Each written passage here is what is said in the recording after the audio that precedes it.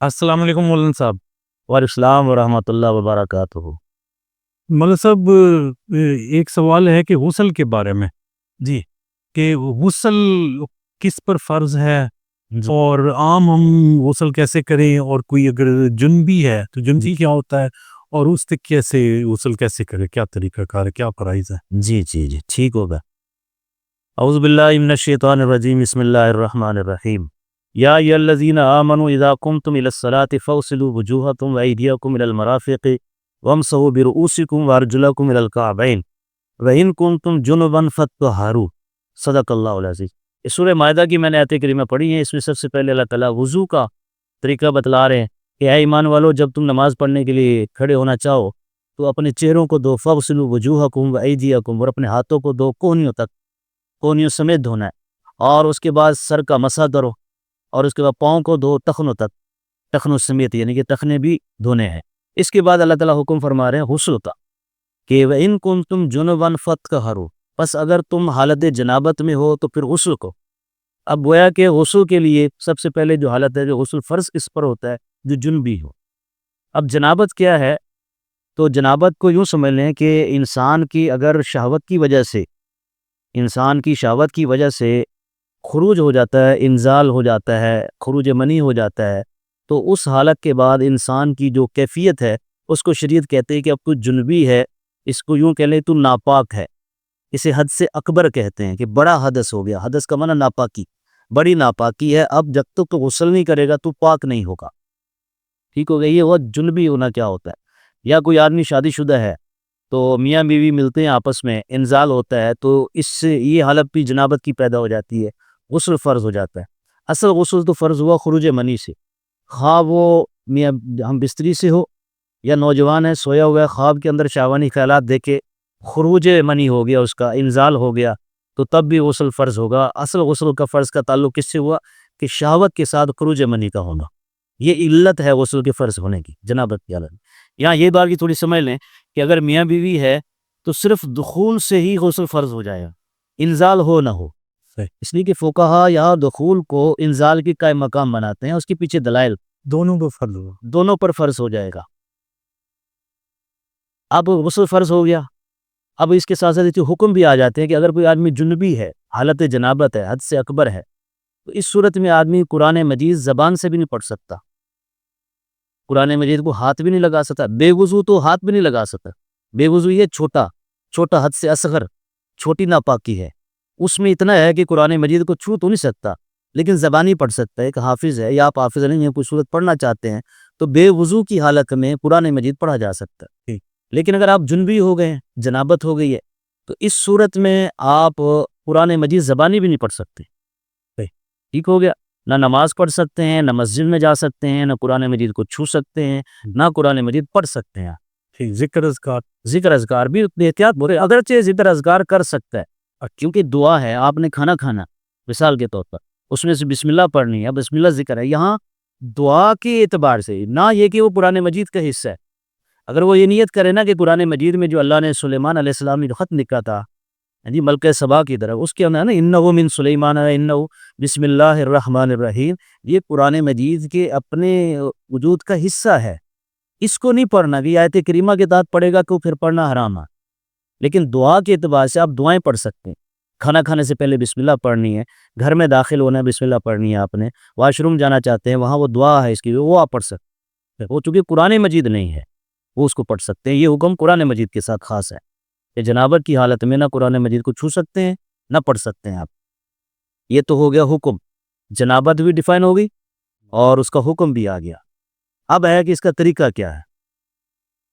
تو غسل میں اصل میں فرض صرف ایک چیز ہے، غسل میں فرض ایک چیز یہ ہے کہ پورے بدن کا دھونا، اچھا، پورے بدن کا، سر کے بالوں سے لے کر پاؤں کے تلے تک جسم کا دھونا، یہ ہے فرض۔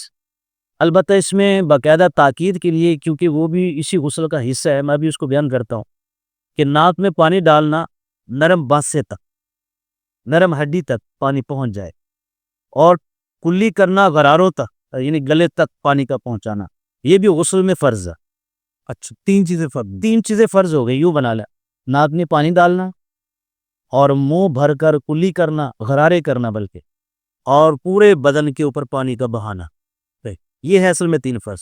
اب پہلے اس کو کر لیتے ہیں کہ دیکھیں آپ اگر غور کریں کہ وضو کے اندر کلی کرنا اور منہ میں پانی ڈالنا یہ سنت ہے. انشاءاللہ وضو پر بھی علیحدہ بنائیں گے ویڈیو.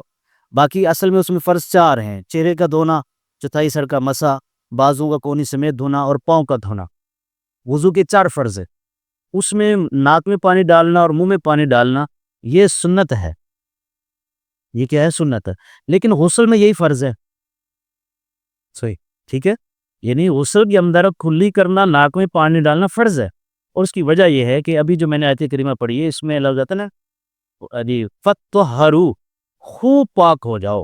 یہ صیغہ ہے مبالغے کا. فَطَّهَّرُوا، خوب کیا ہو جاؤ؟ پاک ہو جائیں. اب خوب پاکی کے اندر انسان نے سوچا، فقہاء نے اس پر غور کیا کہ ناک کے یہ نتھنے اور ہمارا منہ یہ بدن کے اندر کا حصہ ہے یا باہر کا حصہ ہے؟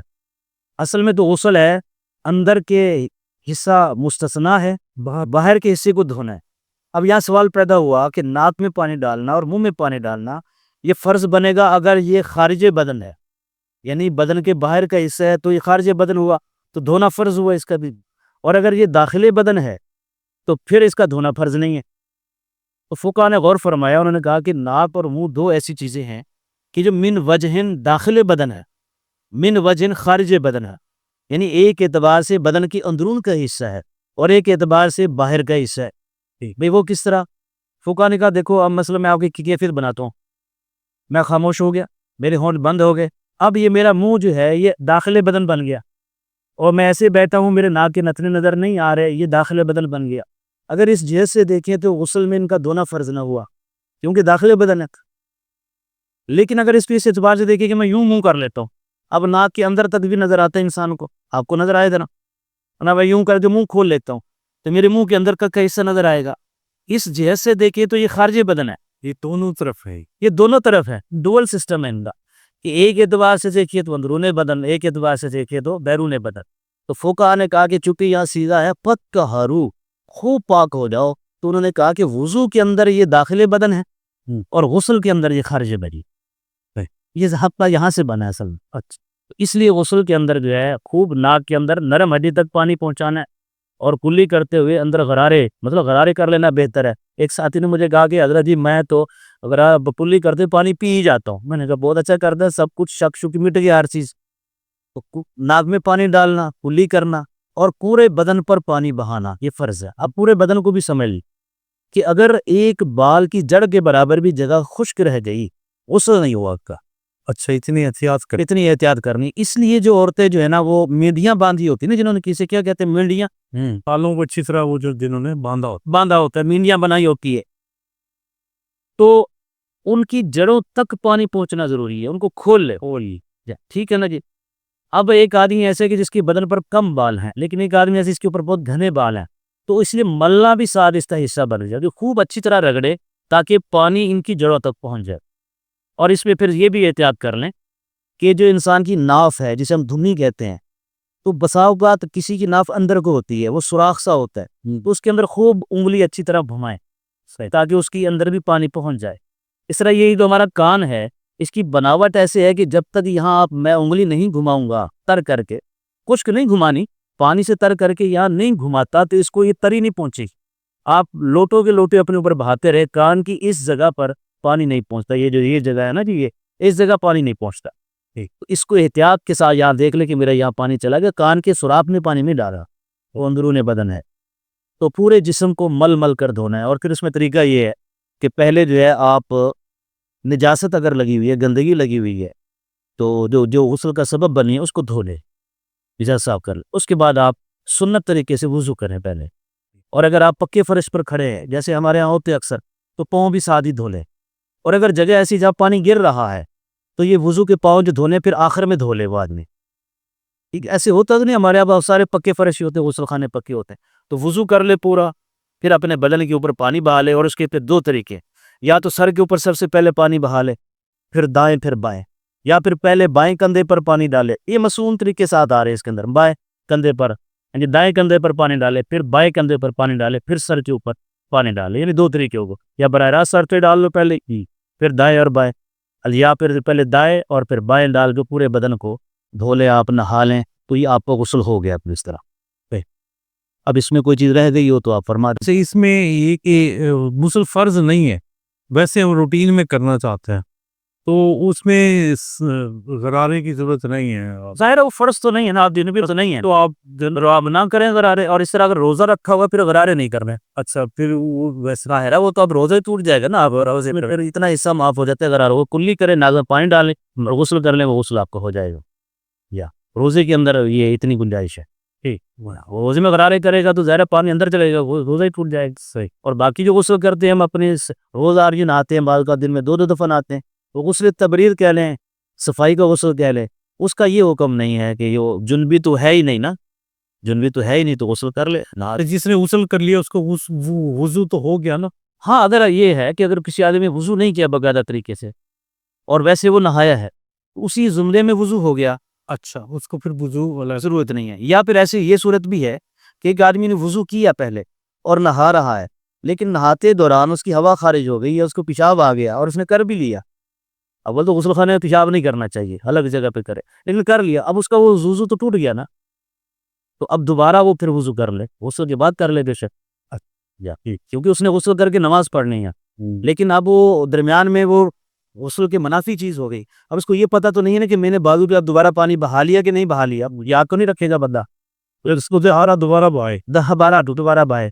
تو اس لیے جو ہے نا وہ پھر وضو کر لے بہتر ہے. لیکن اگر آپ نے وضو نہیں کیا، غسل پورا کر لیا، اس کے زمرے میں وضو بھی ہو گیا. اچھا اس میں ایک سوال اور بھی، کسی پہ غسل فرض ہوا، اب اس کے لیے فوراً کرنا ضروری ہے یا نہیں وہ حالات کے اعتبار سے گنجائش ہے. اگر آپ فوراً وضو نہیں کر سکتے، آپ سوئے پڑے ہیں، سردی ہیں، صبح جی گیزر چلے گا پھر نہائیں گے، اتنی گنجائش تو نکل آتی ہے. لیکن بہتر یہ ہے کہ جیسی کہ وہ کر لے. لیکن اگر غسل نہیں بھی کرنا تو آپ کم از کم وضو کر رہے، ان اعضاء کو دھو لیں. کھانا پینا کرنا ہوتا ہے آدمی نے، باقی کام کرنے کر لے. صرف میں نے وہ حکم میں بتایا نا آپ کو، اگر یاد ہو کہ بھئی آپ یہ قرآن مسجد میں نہیں جا سکتے، قرآن مجید کو ہاتھ نہیں لگا سکتے، قرآن مجید زبانی بھی نہیں پڑھ سکتے، یہ ہیں حکم اصل میں. اس کے علاوہ باقی کام آپ نے کھانا پکانا ہے، کھانا کھانا ہے، اپنے دفتری کام کر رہے ہیں، کچھ لکھ رہے ہیں تو لکھیں بالکل. لیکن وہ لکھنے میں بھی یہ ہے کہ آیات کریمہ نہ لکھ بھی خراب ہے. اچھا باقی باقی چیزیں کریں آپ. اگر ماں نے بچے کو دودھ پلانا ہے، دودھ پلائے، وہی حرج نہیں ہے، وضو کر لے. کچھ لوگوں کو بس وہ زیادہ غلف کر جاتے ہیں نا. مسئلہ تو یہی ہے، وہ کھان دودھ پلا سکتے ہیں، کھانا پکا سکتی ہے عورت، اگر ہے اس کے اوپر غسل فرض ہے، عورت پکا سکتی ہے، اس میں کوئی حرج نہیں. بڑی مہربانی، شکریہ. جزاک اللہ. شکریہ.